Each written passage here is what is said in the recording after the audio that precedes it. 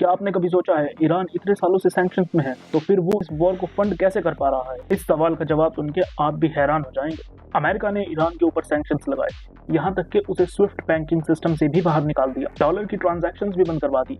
इस सब के बाद तो ईरान को खाली हाथ रह जाना चाहिए था, लेकिन यही ईरान ने एक ऐसा खेल खेल दिया जो वेस्टर्न पावर्स ने कभी सोचा भी नहीं होगा। ईरान ने पुराने जंग लगे हुए ऑयल टैंकर्स को खरीदना शुरू कर दिया, वो जो स्क्रैप में जाने वाले थे। इन पुराने जंग लगे हुए ऑयल टैंकर्स को छोड़कर ईरान ने एक शैडो फ्लीट तैयार की।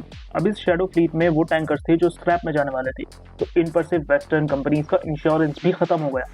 ईरान ने इन टैंकर्स का जीपीएस डिसेबल किया और फिर ये रात के अंधेरे में गल्फ ऑफ ओमान में सफर करते थे और रात के अंधेरे में ही ship to ship oil transfer भी कर देते थे। ये इंतहाई मुश्किल काम है। इससे उस नए शिप में आने वाले तेल का ओरिजिन किसी को भी पता नहीं होता था। शैडो फ्लीट से नए शिप्स में लोड होने के बाद ये तेल चाइना का सफर करता था, लेकिन इस तेल की पेमेंट चाइनीज गवर्नमेंट कभी भी डॉलर्स में नहीं करती थी।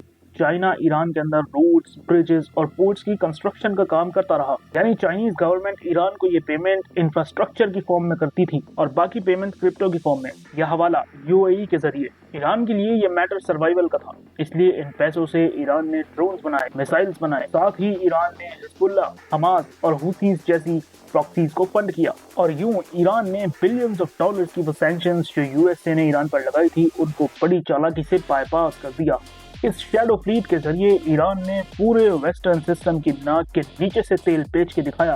वो कहते रहे कि सैंक्शंस काम कर रही हैं, लेकिन ईरान ने जंग लगे हुए ऑयल टैंकर्स से, स्क्रैप मेटल से $100 बिलियन की इकोनॉमी खड़ी कर दी।